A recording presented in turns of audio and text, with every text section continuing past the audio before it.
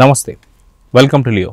మనతో ఉన్నారు senior journalist Hemasundar గారు. సార్ నమస్తే. నమస్తే అండి. సార్, టాలీవుడ్లో కావచ్చు, బాలీవుడ్లో కావచ్చు, లేదా తమిళనాడులో కావచ్చు, ఎక్కడైనా సార్ సూపర్ స్టార్ ఒక్కళ్ళే అంటే రజనీకాంత్ అని చెప్పుకోవాలి. అలాంటిది నేషనల్ పత్రికల్లో కూడా తనకు అరుదైనటువంటి ఒక గౌరవం లభించింది సూపర్ స్టార్ రజనీకాంత్ గారికి, అది కూడా 50 ఏళ్ల కెరియర్కి. సో అతి తొందరలో ఒక సన్మానం కూడా ప్లాన్ చేశారని చెప్పి కొన్ని వార్తలు వస్తున్నాయి. ఏంటి అరుదైనటువంటి గౌరవం ఏం దక్కింది సూపర్ స్టార్ రజనీకాంత్ గారికి అంటే ఏం చెప్తారు? అంటే హిందుస్థాన్ టైమ్స్ అనేది ఒక కవర్ స్టోరీ లాగా పూర్తి స్థాయిలో హిందుస్థాన్ టైమ్స్ అనేది చాలా పెద్ద పత్రిక మనకు తెలుసు. అలాంటి పత్రిక పూర్తి స్థాయిలో రజనీకాంత్కి అంకితం చేస్తూ ఒక ఆర్టికల్స్ రాయటం, ఒక ఇష్యూని తేవటం అనేది విశేషంగా ఇవాళ అన్ని పత్రికలు ప్రచురిస్తున్నాయండి. ఈరోజు 19వ తారీఖు ఎడిషన్లో హిందుస్థాన్ టైమ్స్ ఆయన మొత్తం ఫుల్ పేజ్ కవరేజ్ చేయటం అనేది చాలా అరుదుగా 100 ఏళ్ల చరిత్రలో ఎప్పుడు ఆ హిందుస్థాన్ టైమ్స్ అనేది అలా ఇవ్వలేదట. కారణం ఏంటంటే రజనీకాంత్కి 50 ఏళ్ల కెరీర్ కావటం, మళ్ళీ ఈ ఇంటర్నేషనల్ ఫిలిం ఫెస్టివల్ గోవాలో జరిగే ఇంటర్నేషనల్ ఫిలిం ఫెస్టివల్లో రజనీకాంత్కి సన్మానం చేయటం, దీన్ని దృష్టిలో పెట్టుకుని సినిమా ఇండస్ట్రీని ప్రభావితం చేసిన వ్యక్తిగా ఆయన అభివర్ణిస్తూ ఒక ఇష్యూ తేవటం అనేది చాలా ప్రతిష్టాత్మకమైన గౌరవం అని చెప్పాల్సి వస్తుంది. అయితే తెలుగు ఇండస్ట్రీలో కావచ్చు, తమిళ్లో కావచ్చు, అదేవిధంగా బాలీవుడ్లో కావచ్చు, చాలామంది స్టార్స్ ఉన్నారు. అంటే చాలామంది పాత నటులు కూడా ఉన్నారు. 50 ఏళ్ళ క్యారియర్ కాదు, దాదాపు 60 ఏళ్ళ కెరీర్ కూడా దాటిన వాళ్ళు ఉన్నారు. కానీ ప్రత్యేకంగా సూపర్ స్టార్ రజనీకాంత్ గారి దగ్గరికి వచ్చేసరికి ఆయన చేసేటువంటి ఒక మంచి మర్యాద కావచ్చు, పెద్దలకి ఇచ్చే గౌరవం కావచ్చు, ఇవన్నీ కూడా మనకి తెలుస్తుంటాయి. సో దాని గురించి చెప్పాలంటే ఏం చెప్తారు? అంటే సక్సెస్ని తలకెత్తుకునే వ్యక్తి రజనీకాంత్ చెప్పాలండి.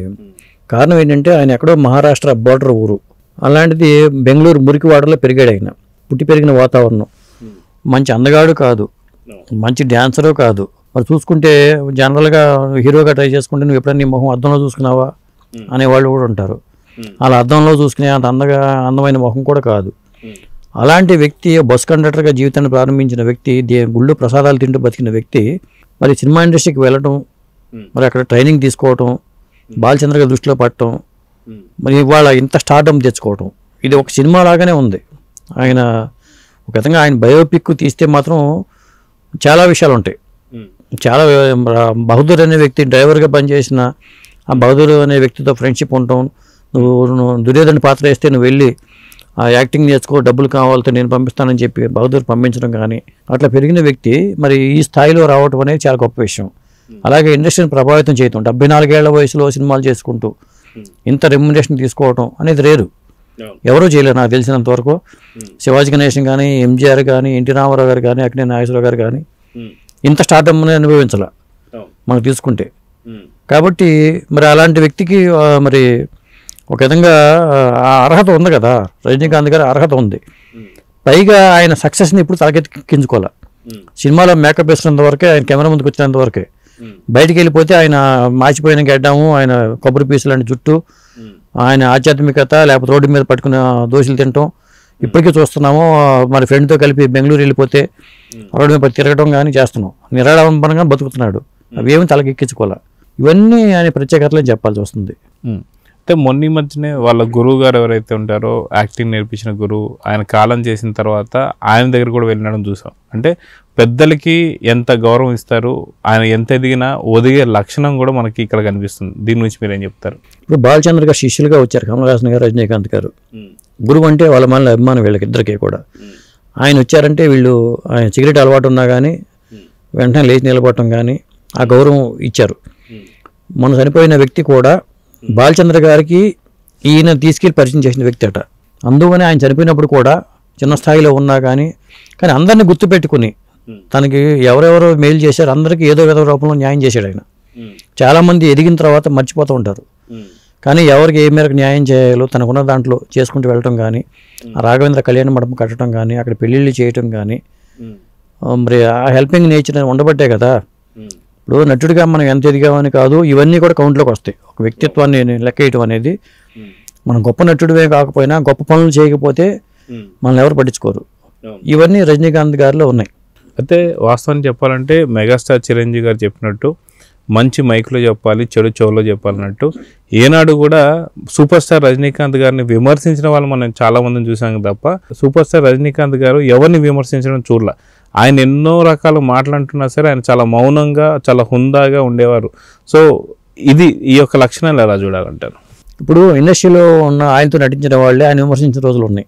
ఇప్పుడు మనోరమ గారు ఒకసారి ఒక దశలో మనోరమ గారు విమర్శిస్తే అదే మనోరమ గారిని నేను సత్కరించిన సందర్భాలు ఉన్నాయి. ఇలాంటి క్వాలిటీస్ ఆయనలో మొదటి నుంచి కూడా ఉన్నాయి. ఒక విధంగా చెప్పాలంటే ఆయన సక్సెస్ వచ్చినప్పుడు తలకెక్కించుకుని ఇబ్బంది పడిపోతూ ఉంటారు. ఆ పరిస్థితుల్లో ఆయన లైఫ్లోకి లత గారు జీవిత భాగస్వామిగా రావటం, అది ఒక విధంగా చెప్పాలంటే ఆయన కెరీర్ని మలుపు తిప్పిందని చెప్పాల్సి వస్తుంది. ఎందుకంటే ఆయన తిరుగుళ్ళు, తాగుడు, లేదా అన్ని వ్యసనాలు, సప్త వ్యసనాలు అంటాం కదా, అన్ని వ్యసనాలు ఉన్న వ్యక్తిగా చెప్పాల్సి వస్తుంది రజనీకాంత్ గారిని. అంటే సినిమా ఫీల్డ్లో రాకముందు బెంగళూరులో ఉన్నప్పుడు కూడా వ్యసనాలు ఉండేవట. ఆ తర్వాత సినిమా ఫీల్డ్కి వచ్చాక లగ్జరీ లైఫ్ రావటం, అక్కడ కూడా వీళ్ళు మాస్టర్ వేణు గారింటికి ఫోన్ చేసి కూడా వచ్చేవాడంట రజనీకాంత్. యాక్టింగ్ స్కూల్లో ఉన్నప్పుడు కూడా భానుచంద్ర గారి నాన్నగారు మాస్టర్ వేణు ఇంటికి ఫోన్ చేయటం అట్లా వచ్చేవాడంట. అది డాలింగి గారి ఇల్లు కూడా అక్కడికి వస్తూ ఉండేవాడంట. అట్లా ఈ వ్యసనాలు ఈ ఫీల్డ్లో ఉన్న తర్వాత లత గారు ఎప్పుడైతే ఆయన జీవితంలోకి వచ్చారో ఆయన జీవితం ఒక సిస్టమేటిక్ లైఫ్లోకి వచ్చింది అనేది చెప్తూ ఉంటారు. ఒక ఇంటర్వ్యూ కోసం వచ్చిందంట ఆవిడ, రజనీకాంత్ గారిని ఇంటర్వ్యూ, ఒక అభిమానిగాను ఒక ఇంటర్వ్యూ చేయడం కోసం ఒక మ్యాగజైన్ తరపుని రావటం, మీరు నన్ను పెళ్లి చేసుకుంటారని అడగటం, దానికి ఆవిడ యాక్సెప్ట్ చేయడం. అట్లా జీవిత భాగస్వామిగా లత వచ్చిన తర్వాత ఒక సిస్టమేటిక్ లైఫ్లోకి రావటం అనేది జరిగింది. వాటన్నింటినీ తనలో ఉన్న దుర్గుణాలన్నింటినీ నయం చేసుకుంటూ ఒక లైఫ్లోకి వచ్చేసాడు ఆయన. ఆయన ఎదిగిన పుట్టిన విధానం కానీ ఇప్పుడు దాకా ఇది చూసుకుంటే చాలా జీవితంలో అన్ని మలుపులు ఉన్నాయి ఆయన లైఫ్లో. వస్తులున్న రోజులు ఉన్నాయి, పోలీసులు అరెస్టులు చేసిన రోజులు ఉన్నాయి, మరి ఆవేశంగా జర్నలిస్ట్ని కొట్టిన రోజులు కూడా సందర్భాలు కూడా ఉన్నాయి ఆయన లైఫ్లో. అయితే ఆయన వాస్తవానికి సినీ హీరో అయినా సరే ఇప్పటిదాకా రాజకీయాల్లోకి మాత్రం పూర్తిగా ప్రత్యక్షంగా ఎప్పుడు కూడా రాలేదు. కానీ కొన్ని సందర్భాల్లో అటు జయలలిత గారి మీద ఉన్న కోపంతో కావచ్చు, వేరే పార్టీలకు మద్దతు ఇవ్వడం మనం చూస్తూ వస్తున్నాం. రాజకీయ పరంగా కూడా కొంత సినిమాల్లో చూపించినట్టుగానే ఈగో చూపించారు అని చెప్పేసి కూడా అంటుంటారు. అంటే ఆయనకి ఆ ఇబ్బంది లేదు. జయలలిత ఎక్కడ వచ్చిందంటే ఈయన కోసం వచ్చే అభిమానులు అందరూ జయలలిత గారి ఇంటి ముందు నుంచి రావాలి. ఈ కార్లు పార్కింగ్ న్యూసెన్స్గా అనిపించేది జయలలిత గారికి. అక్కడ తేడాలు వచ్చినాయి వీళ్ళిద్దరికి. దాంతో జయలలిత గారి మీద కోపంతో డిఎంకి సపోర్ట్గా ఒకసారి మీడియా సమావేశంలో మాట్లాడారు. కానీ జనరల్గా ఆయనకి అప్పటికి రాజకీయపరమైన ఆలోచనలు లేవు. రాజకీయాల్లోకి వస్తే ఎటువంటి పరిణామాలు వస్తాయని ముందు వెనక 2 రకాల మాటలు మాట్లాడటం, నేను వస్తాను రాను అంటాం, ఇట్లా జరిగింది. చివరికి పార్టీ నన్ను చేయడం, అభిమాన సంఘాలను సమీకరించడం, అనారోగ్యం పాల్గొవడం, ఇవన్నీ జరిగిన తర్వాత నీకు సినిమాలో చేసుకునేవాడు, నీకు రాజకీయాలు వద్దు, ప్రశాంతంగా ఉండాలంటే రాజకీయాలు దూరం అవడం మంచిది అని సలహా చెప్పిన తర్వాత ఆయన విరమించుకున్నాడు. ఒక విధంగా నేను అనుకోవడం ఆయన రాజకీయాల్లోకి వచ్చేసి ఇంత ప్రశాంతంగా కూడా ఉండేవాడు కాదు. అయితే మనం చూసుకుంటే రజనీకాంత్ గారికి సంబంధించి తను ఎర్లీ స్టేజ్లో మీరు ఇందాక అన్నట్టుగా చాలా వ్యసనాలకైతే బానిసై ఉండేవాడు. సినిమా షూటింగ్స్ అయిపోయిన తర్వాత మరుసటి రోజు షూటింగ్కి వస్తాడా లేదా అనేది కొంత అనుమానాలు ఉండేయని, ఎక్కువగా మద్యం తాగేవారని చెప్పేసి అంటుంటారు. కానీ తప్పు తెలుసుకున్నవాడే మనిషి అవుతాడు అన్నట్టుగా ఆయన కెరియర్లో ఎన్నో రకాల ఉడుదుడుకులు అన్నీ ఫేస్ చేసిన తర్వాత ఇప్పుడు అన్నీ నేర్చుకొని ఇప్పుడు ఆయన అంటే ఇప్పుడు ఆదర్శంగా తయారయ్యారు. అందుకే ఇప్పుడు ఈ మ్యాగజైన్లో ఇంత పెద్ద పోస్ట్ అని చెప్పి అనుకోవచ్చు అంటారు. అదే హిందుస్థాన్ టైమ్స్ లాంటి పత్రిక ఇంత కవరేజ్ ఇచ్చిందంటే మనం అర్థం చేసుకోవాలి. ఆయన జీరోగా స్టార్ట్ అయ్యి సూపర్ హీరోగా మారేటంటేనే మనం అర్థం చేసుకోవాలి. నేను ఈనాడు జర్నలిస్ట్గా నేను మీ అభిమాని అన్నప్పుడు కూడా ఇలా చూసేది తప్పితే రియాక్షన్ లేదు, ఏ రియాక్షన్ లేదు. ఇంకా నేను ఆ జర్నలిస్టులు అందరూ కలిపి ఫోటో దిగుతుంటే నేను అక్కడ చివరిలో నుంచుంటే చిరంజీవి గారు హేమచంద్ర ఇటురా అన్నారు. నేను అక్కడ వెనక్కి వచ్చి నుంచుని ఫోటోలో పడ్డా అప్పుడు కూడా. కానీ ఆయన నుంచి ఎటువంటి ఇది లేదు. అదండి ఆ స్థాయికి ఎదిగాడు ఆయన. అది ఏం ఎక్కించుకోవాలా, ఆ సక్సెస్ని అన్నింటినీ ఏం ఎక్కించుకోకుండా బాబా సినిమా టైంలోనే జరిగింది అది. అయితే మనం చూస్తున్నాం బాబా సినిమా టైంలో కూడా ఆధ్యాత్మికంగా ఆయన చాలా ఎక్కువగా ఆలోచించేవారని చెప్పి ఆయన ఖచ్చితంగా పూర్తి సన్యాసం తీసుకొని కావచ్చు హిమాలయాలకు వెళ్ళిపోవాలని చెప్పి ఆలోచించడం. కానీ అలా కాకుండా అప్పుడప్పుడు అంటే సంవత్సరానికి ఒకసారి హిమాలయాలకు వెళ్తుంటారన్న సంగతి మన అందరికీ తెలిసిందే. సో ఇప్పుడు బాగా పెద్ద ప్రశ్న ఒకటి ఏంటి అంటే ఆయన ఎప్పుడు సన్యాసం తీసుకోబోతున్నారు, ఎప్పుడు హిమాలయాలకు వెళ్ళబోతున్నారు అనే దాని మీద చాలా వరకు ప్రశ్నలు వస్తున్నాయి. దానికి మీరు ఏం చెప్తారు? అసలు విధంగా చెప్పాలంటే ఆయన జీవితం గాడిని పడటానికి ప్రధాన కారణం ఆధ్యాత్మికత అండి.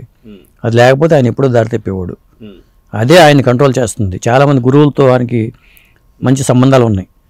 వాళ్ళ గైడెన్స్ తీసుకుని ఏ పని అయినా చేస్తూ ఉంటాడు. కాబట్టి ఆ గురువులు కూడా నడిపిస్తూ ఉంటారు, వాళ్ళ మాట ఈయన వింటూ ఉంటాడు. కాబట్టి ఆ లైఫ్లో ఉండటం బెటరు. పూర్తిగా సన్యాసం తీసుకోమని కూడా మనం చెప్పం. ఆయన ఇంత లైఫ్ని అనుభవించాడంటేనే ఆయన చూడాల్సిన మెట్లన్నీ చూసాడండి. సినిమా రంగంలో కానీ బయట జీవితంలో కానీ కష్టాలు చూశాడు, ఆ సుఖాలకి పీక్స్లోకి వెళ్ళిపోయాడు ఆయన.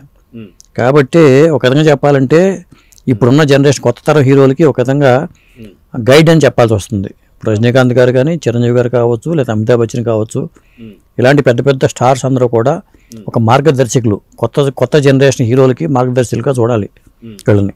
సో చూద్దాం సార్, ఖచ్చితంగా 50 ఏళ్ల కెరీర్ పూర్తి చేసుకున్నటువంటి సందర్భంలో మన లియో ఛానల్ తరఫున కూడా రజనీకాంత్ గారికి శుభాకాంక్షలు తెలియజేద్దాం. నమస్తే. నమస్తే అండి. Please subscribe to Leo News for more videos.